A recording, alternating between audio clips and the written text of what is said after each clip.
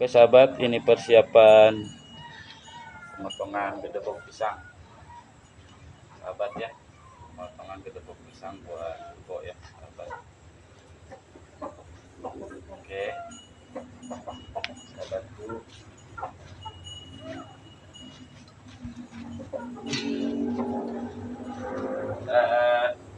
Wah, yang bawa batik itu olok,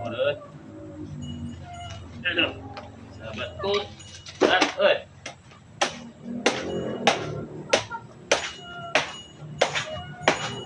begini aja hari-harinya guys. Jadi, apa itu?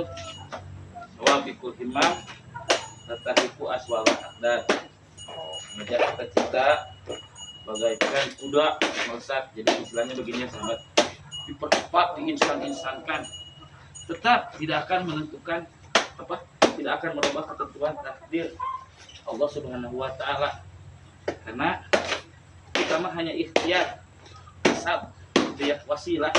Jadi tidak ada kepastian di kita, hanya sekadar perjuangan saja sahabat. Jadi camkan itu, kita berjuang semampunya, selebihnya kita pasrahkan kepada Allah Subhanahu wa taala. Begitu sahabat. Jadi supaya kita tidak sakit, tidak sakit hati, yang namanya perjuangan insya Allah dekat dengan hasilnya tujuan. Itu sahabat ya. Kita jangan takut dengan apa yang telah kita perjuangkan. Itu jangan takut, karena kan berjuang itu ibadah. Kasab itu adalah ibadah. Nabi Allah Muhammad SAW bersabda, rupanya pada pekerjaan dunia niatnya ibadah, ya. Pekerjaan dunia yang dikerjakan seperti kuli atau apa ya, ini orang kuli tidak bisa dikategorikan tidak ibadah. Itu ibadah, cuma niatnya untuk akhirat. Jadi niatnya jangan lupa, kalau yang punya istri untuk menghidupi istri begitu ya niatnya, maka insya Allah kulinya itu adalah pekerjaan akhirat. Tapi wakamin apa itu lagi namanya, rupanya itu pekerjaan akhirat, tapi ajril fulus atau nanti ajril dunia, tujuan hatinya itu karena menginginkan dunia, gambarnya gambar akhirat, tapi rupanya niatnya niat dunia, ingin di itu semua. Maka itu pekerjaan akhirat, jadi pekerjaan dunia di akhirat tidak ada pahalanya. Itu sahabat ya.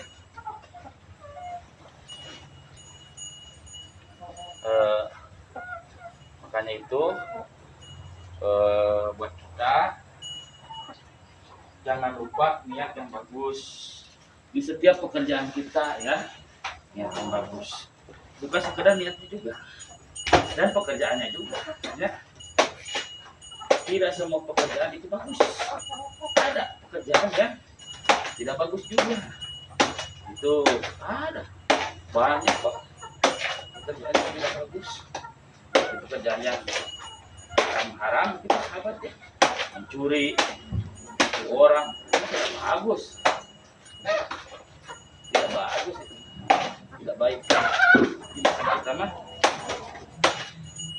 kerja aja itu yang halal, kerjanya seperti ternak gitu ya. Kalau kita kan dekat dengan halalnya, tinggal diperbaiki atau dijaga perjalanan fikihnya saja, begitu sahabat ya. Jadi perjalanan fikihnya dijaga biar sesuai dengan aturan ilmu fikih itu, biar tidak dicacat oleh aturan ilmu syara, sahabat ya. Jadi kalau beli ijab kabul, begitu sahabat, jangan lupa ijab kabul. Kalau mewakilkan jangan lupa mewakilkan, sahabat ya, biar halal, karena perintahkan utlubul halal, utlubil halal, utlubil halal. Supri cari kejar olehmu sesuatu yang halal dengan kasab ikhtiar yang halal. Itu perintahan dari Nabi besar Muhammad SAW. Itu sahabat ya, kejar kurang ke pekerjaan halal dengan kasab ikhtiar halal gitu ya. Jangan asal-asalan gitu sahabat, asal ngumpul aja, asal nyemplung beteng kalau istilah Sundanya nggak bisa. Karena atau amu kasrul amali, makanan itu akan menjadi bibit pengamalan. Kenapa seumpamanya kita tidak mau melakukan kebaikan, hati itu tidak tertarik dengan kebaikan seumpama itu karena faktor dimakan gitu. Seumpama kenapa anak kita tuh nyusahin terus, nggak ada dewasa-dewasanya ya, kenapa dia tidak sayang sama kita, yaitu faktor makanan juga, karena asumsi yang dikasih makanya harus yang bagus-bagus itu. Sebab atau amu fatul amali, makanan adalah bibit pengamalan gitu. Sahabat-sahabatku sekalian ya, dijaga, dirasa asap ikhtiar kita, biar apa? Biar menjadi sumsum, menjadi balung, jadi bagal pengawasannya, tidak menciptakan kekiruhan, kegaduhan di dalam rumah kita begitu. Jadi anak kita tuh yang menjadi imat jimat ati sanubari kembang sosoca anu disimpen dina kiwatanan disuhun dina munang istilah nama, jadi anak kebanggaan bagi keluarganya begitu sahabat.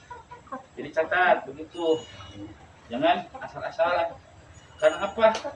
Karena kalau ruginya kita punya anak yang tidak soleh sahabat ya, karena kita akan ada ujungnya, kita akan masuk ke alam akhirat. Nanti kita yang di alam akhirat itu kan butuh doa dari anak kita.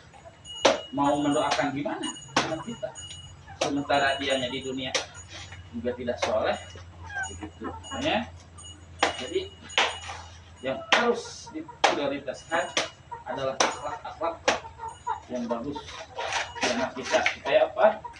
Supaya anak kita itu menjadi anak yang soleh, mendoakan kepada orang tuanya. Begitu sahabat. Gimana mau punya anak yang soleh? Seumpama kalau kita ngasih makanan yang tidak bagus-bagus. Begitu sahabat. Allahu Akbar. Sampai sahabat ya. Kopinya belum diantarin ke sini sahabat. Kopinya belum diantarin ke sini sahabat. Jadi loyo ini kalau kurang kopi. Diratakan ya kopi bapaknya. Nih dibantu sama ponakan sahabat ya. Kebetulan udah pembagian rapot gitu ya. Saman kalau kelas enggak jadi libur. Ini dibantu ya sahabat ya. Alhamdulillah. Ini ngos-ngosan karena perut saya besar ya sahabat ya. Saya tidak terlalu bisa cingobo gitu. Jongkok hese kalau orang gede perutnya ya. Koruptor, oh bukan koruptor. Saking bahagianya sahabat ya. Bahagia. Banyak uang bukan. Uang tidak ada sahabat. Masa gembala punya banyak uang? Namanya gembala mau nggak punya banyak uang. Nanti aja kalau menjual baru ada uang, bukan banyak tapi ada gitu ya. Punya gembala. Itu sahabat.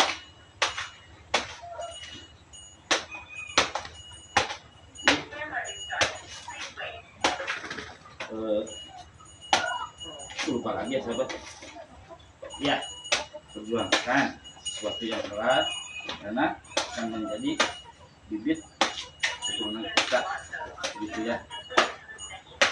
Usahakan pekerjaan yang halal dengan yang haram, karena kelak di alam akhirat yang dibutuhkan doa dari anak yang soleh. Bagaimana Anda sahabat-sahabat keturunan yang soleh, seumpama di dunia kita ngasih makan yang tidak tidak baik, yang toleh-toleh, yang riba, yang haram. Nah gimana anak kita mau soleh? Mungkin anak kita susah juga mikirin anak kita. Jadi kita mungkin fil akhirah, yaitu orang yang rugi di dalam alam akhirat, sahabat. Gitu ya sahabat ya. Sebentar dulu ya sahabat ya. Kita spill dulu ya sahabat ya. Kita spill dulu dimakan atau tidaknya ya sahabat. Kita tahu sahabat nggak percaya.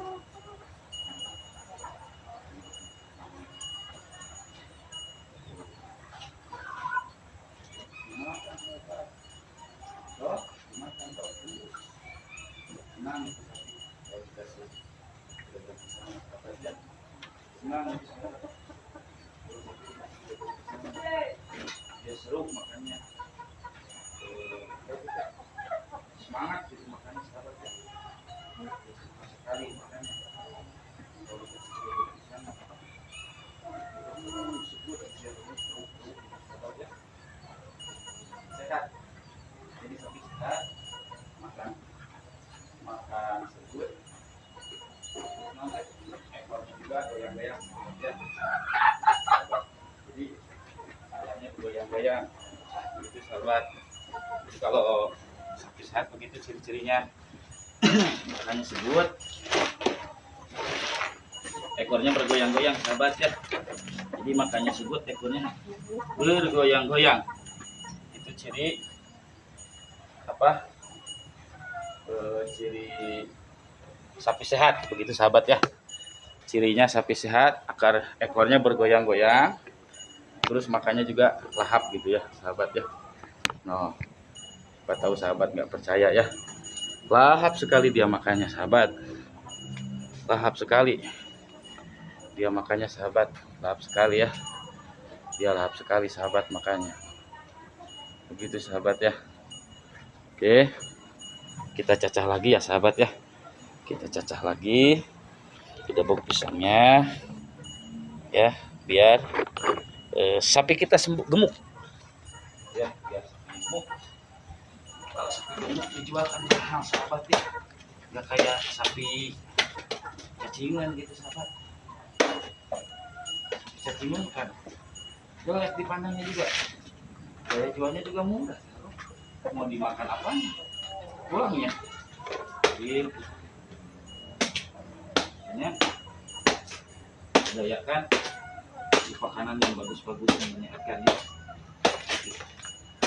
Seperti buah talas putih ya, kalau buah mah di atas sahabat ya. Buah talas, putih talas. Putih talas. Itu sahabat ya. Talasnya dikasih biar sehat gitu ya. Itulah kehidupan kampung sahabat ya. Kalau tidak rajin-rajin bahaya itu. Nah ini kalau zaman dulu sahabat ya, dalaman itu pisang kalau macam saya lagi di pesantren dulu kita dibikin tempat mangsi.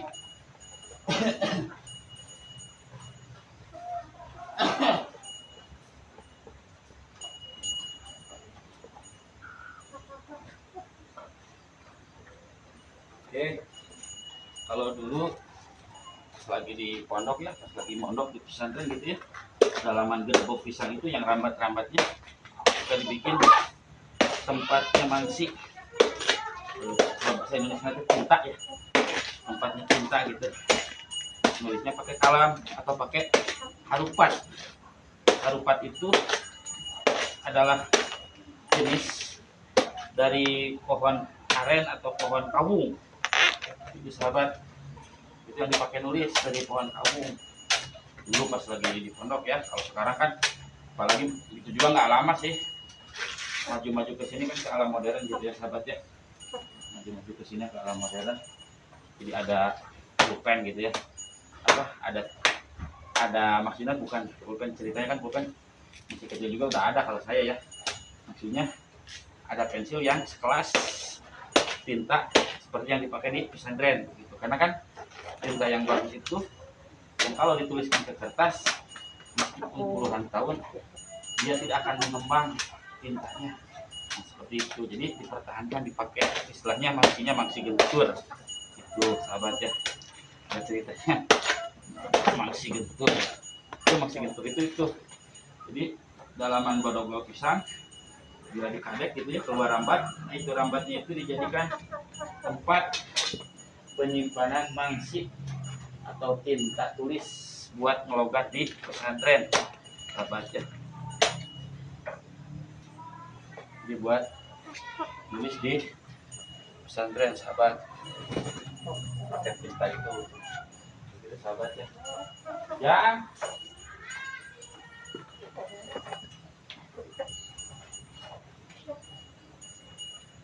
Jadi tintanya itu dipakai tulis,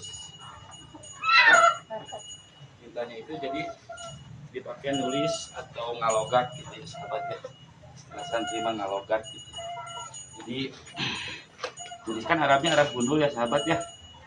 Dilogat dibaca sama guru, dilogat sama kita santrinya, terus dibaca deh logatnya. 1 jam itu nggak berhenti sahabat. Zaman dulu ya. Gaengan disebutnya ya, ngaji gaengan atau sorogan. Kalau gaengan kan istilahnya barang semua, gaengan jadinya menggaeng gitu.